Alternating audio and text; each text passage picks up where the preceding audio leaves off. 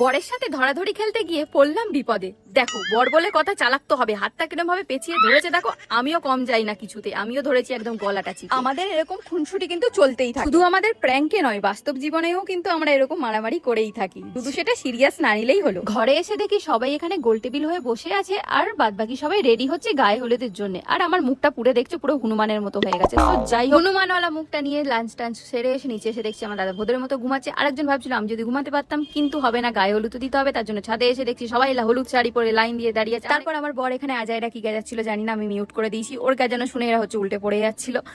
তারপর আমি এই লাইফে ফার্স্ট বিয়েতে কারোর বরণ করছি। এর আগে মা দুর্গাকে করেছি, এই প্রথম আমি বিয়েতে বরণ করছি। তারপর দুজনকে একদম ঘষে ঘষে মেজে মেজে হলুদ মাখিয়ে দিয়েছি। সাথে আমরাও কেন বাদ যাবো, আমরা এখানে বসন্ত উৎসব শুরু করে দিয়েছিলাম সবাই মিলে। মানে দেখে ওরকম মনে হচ্ছিল আর কি। বাবা নতুন বইয়ের ভাব দেখেছো, কি খুশি, যেন বিয়ে করার জন্য এতদিন বসেছিল। বড় ব্লগে কিন্তু সমস্ত কিছু তোমরা ডিটেলসে